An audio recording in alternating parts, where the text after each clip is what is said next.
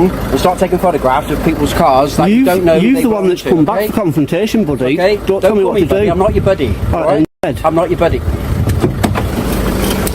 Put your phone down. No, I'm live streaming at the moment. It's okay. Can you identify yourself? Put your phone down a minute. Can you identify Put your phone yourself? down before you start getting arrested for causing... For what? Well, first of all, you called a public order. You don't call a police officer. That's not a public order. So yes, it is. No, it's not. Yes, it is. Do you know the law? You're in the street. You put your phone down. Who's made a complaint? And we'll have a chat. We're not having. I'm not putting my phone down because I don't trust you the way you've got out. Can you identify yourself, please? With the police, don't you? Identify yourself. Tell you what, you identify yourself. I don't need to. Well, I don't need to either. Yes, you do, buddy. It's your policy. You tell me what your name is, and then we'll go from there. Would you like to identify yourself? We'll go from there. We're asking you not to. That's my idea, okay? Right, now you need to back down, walk away, and stop making a confrontation. I'm not making a confrontation. You were the one that came back. I asked you. Arrogancy is not a crime. Telling police officers that they're heads is a problem. That lady could have heard that. Getting arrested for. You should be arrested. It's a public order offence for you to say that in the street. I made you aware. I made you there was no one around. You cannot stand in the street outside a police station. I made you aware there was no one around. And you're mouthing off saying to you. Okay. From the moment the first officer steps out of his vehicle, the encounter shifts in the wrong direction. He approaches the independent recorder with a dismissive manner, ordering them to stop filming and leave the area, despite the fact that they're standing on public ground with every legal right to be there. When questioned, the officer quickly cites the Public Order Act, suggesting a Section 5 offense, even though no disturbance or complaint has actually been made, both of which are required under the law. Rather than follow standard procedure by identifying himself, he avoids the question and instead demands the recorder's personal details, something citizens are not obliged to give without proper cause. It's only after a second officer arrives and addresses the matter correctly that the first steps back from his position, though not without clear reluctance. You. All right. There was no members of the public about, unlike when you did it, and you're a police officer. Whatever that is in your life, okay? I haven't got whatever one. You've got going on in your life, that is a bit of a chip on your shoulder. Sort it out yourself. Sort out your life. Why don't you stop telling people what to do? And then we'll walk away, and then we can get on with our job. You'll walk away now. Proper criminals to catch. You'll walk away now. People like yourself. You'll walk away now. If I come back and find you still away, you'll do nothing. Yeah, I will. No, you won't. I will deal with you. What will you do? I will deal with you. What will you do? Well, if you're still here to make a photograph, I will deal with you. Okay? Which is exactly because you can. All right. Come on, you don't know what you're going to deal with me about because there's no such thing to deal with me. I'm taking pictures. I know you are, and you've been an absolute idiot about it. So you are. You heard yourself. Stand there. And you're getting reported, buddy. Some of them aren't police vehicles. You're getting reported. Some of them. Care less. So will you. If there's a Porsche in there, a Porsche 911 Turbo, I'll take a picture of it. That's what I do. I haven't got a problem. You're the one with the problem. Speak to somebody. See if you see these two guys here, will arrest you for that public order you've just done. All you've got to do is come and speak to us at the front desk without photographing. All you've got to do is come and speak to me and not shout at me. Yeah, well, don't call police officers. This guy's just committed a public order offence in front of a lady. I've got it on camera. During the exchange, the auditor quietly used a controversial word, speaking only to the officer and out of earshot of the public. While the choice of language may be debated, it did not meet the legal bar for a Section 5 public order offense, which requires that someone actually experiences alarm, harassment, or distress. The twist comes moments later when the officer himself repeats the same word, this time loudly, in the presence of a passerby. That change in setting completely alters the context. By openly voicing the very term he had just objected to, and doing so in his official capacity, the officer effectively undercuts his own reasoning and raises questions about whether he breached the very standard he was claiming to enforce. Said what you repeated to me, fella. Which is a swear word. Oh, it's a swear word. So you accept that? Yeah. I didn't. There was no members of the public about. I wouldn't do that. To take some pictures of the marked cars. Okay. And what's that for? What's that for? Just for like my Flickr account. A photography website. Okay. And what purpose? Why just for different. Just what I do. Different marked cars and stuff. Different types. Try to get some shots of them maybe coming out with the blue lights on and stuff. Of marked cars. There is all. I have not taken. No marked cars there. As you can see, is there any marked cars there? There was one parked there. No, there wasn't. There was one parked to that white next to that white Skoda. Okay. And I wasn't taking pictures at the time. No, you waited until we drove out. I was like that, and I was getting ready. What you were doing. I saw you. I got eyes. Get over it. I saw what you were doing. Get over it. ID on you? No, I don't give me ID. What's your name? I don't give me ID. It's nothing personal. I just don't give me details out. I'm just down here doing are you like a YouTube? Your details out. What crime do you suspect me of then? If I'm not, Well, there's been a public order offence. there hasn't. I've got it all on camera, love. All of it on camera.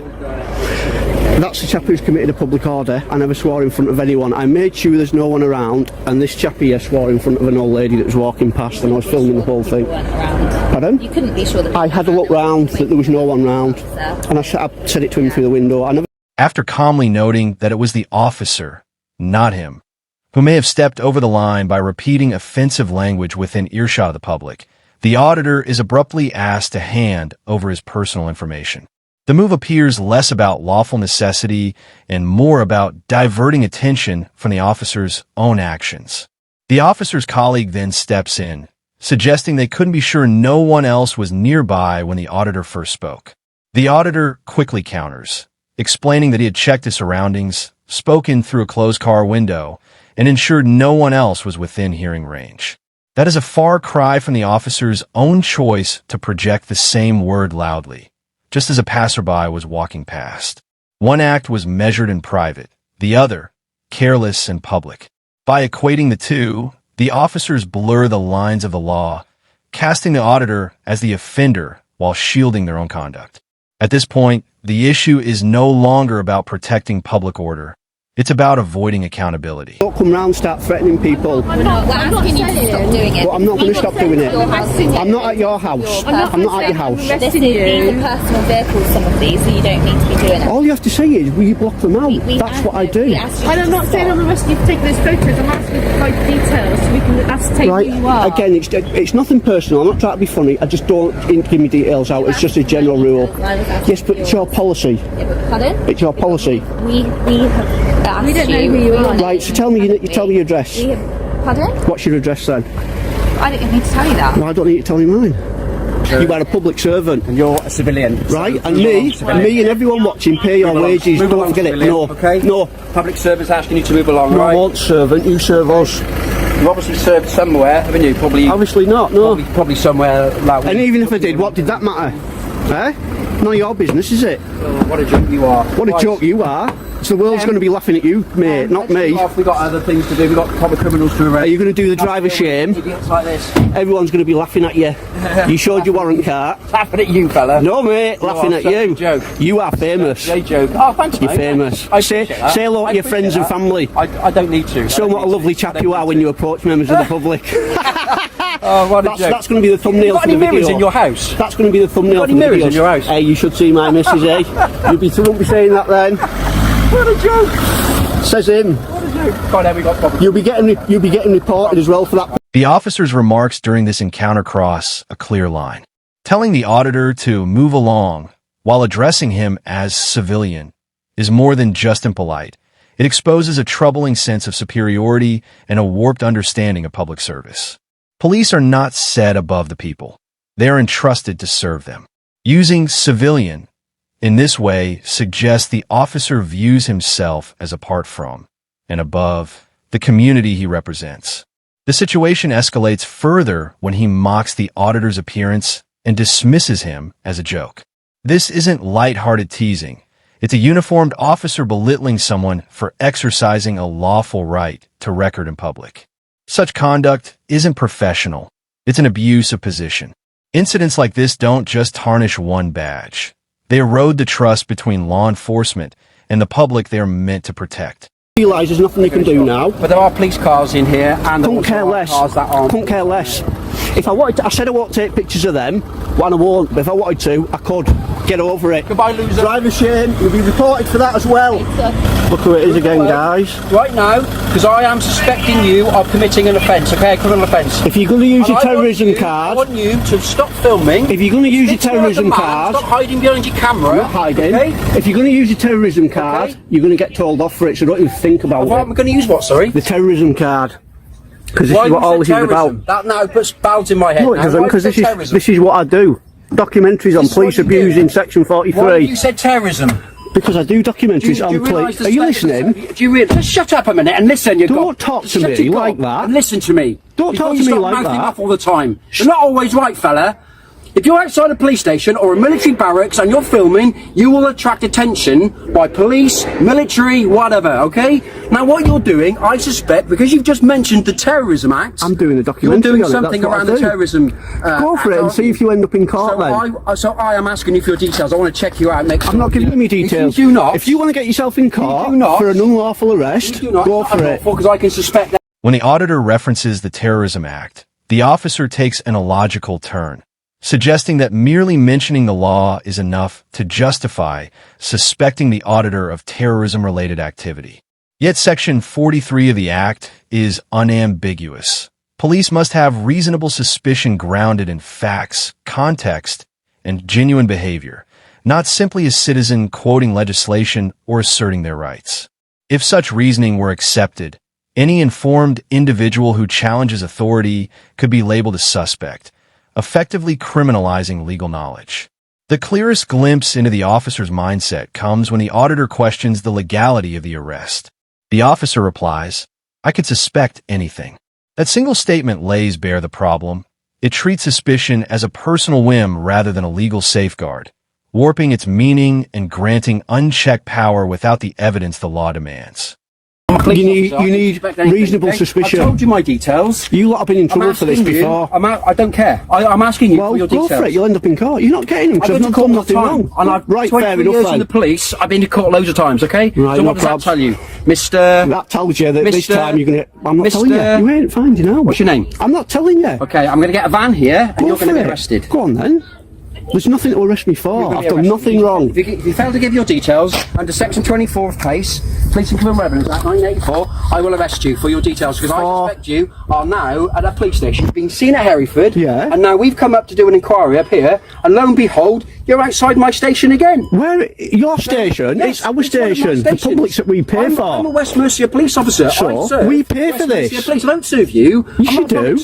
We pay your wages, working Whitehall and places like that, okay, in London. You need to know what you're talking about before you start mouthing off. When the auditor warns that the officer's conduct could have legal consequences, the response is a smug, "I've worked in the police force for 23 years. I've been to court many times."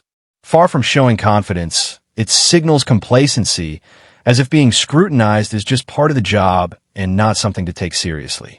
The exchange takes an even more troubling turn when the auditor points out they're outside a taxpayer-funded police station, and the officer replies, "I serve West Mercia Police, not you. I'm not a public servant." That claim strikes at the very heart of what British policing stands for. Officers do not exist to serve an organization. They exist to serve the public. This isn't just a tradition. It's a core principle in a democratic society. To reject that duty so openly reveals an alarming mindset, one where the badge becomes a barrier to accountability instead of a symbol of trust. The truth remains unchanged. Police are funded by the public, entrusted by the public, and answerable to the public. I would like you to leave. Right, I'm not going to. Not after he's done that. I'm a pretty decent fella. Everyone on my YouTube channel agrees. I don't have to. If you're saying you're a victim of crime, then you need to give me your I'll report it online with this video evidence.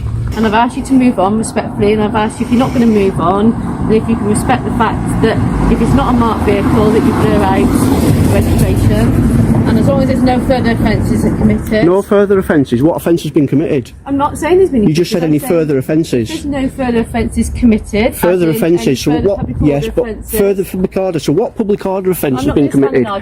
Exactly, because you've just said there's been an offence committed. I've not said there's an offence committed. You did. You admitted it on camera. Before closing this report, there's one more piece of troubling footage to highlight, this time capturing the same officer in a separate incident, confronting and issuing threats toward a group of young people. Say again. I'm not on your property, I'm stood here, so I can't put my finger. Yeah, but I wouldn't put my finger, I was here. I am filming you. Well, the vehicle does a... And there's no need for it. Are you filming me? I can film you all you wish. All I was doing was dropping the vehicle. I'm doing you a favour. If you're filming, what do you tell me? Okay. I was doing you a favour, I won't bother again. Okay, happy? We'll see you again, alright? Is that a threat? No, it was a promise. It's a threat. I'll come and see you. Doing the sign, okay? And doing the Sign. Calling It's a public order offence, okay? I will come and see you at some point. It's Friday today. I'll come and see you next week. All right? We'll deal with That's your fine, brother. you can film all you wish. It's All not a right? problem. And then we'll come and speak to you. All right? That's a Remind us promise. not to do you a all favour right? again. Okay. Bye-bye. Oh, and be a good boy, okay? And you. Before we wrap up, there's one more clip that makes this story even harder to ignore. Footage of the same officer, already criticized for arrogance and overreach, now turning his attention to a group of children. Their offense? Making hand gestures from behind a window. Instead of responding with professionalism or simply walking away, he escalates the situation, accusing them of committing a public order offense and warning he might return. Then, with a condescending edge, he adds, "Be a good boy," a remark dripping with superiority. Taken alongside his earlier actions toward Auditor Matt, the pattern is undeniable. From the start, his approach was aggressive and self-important.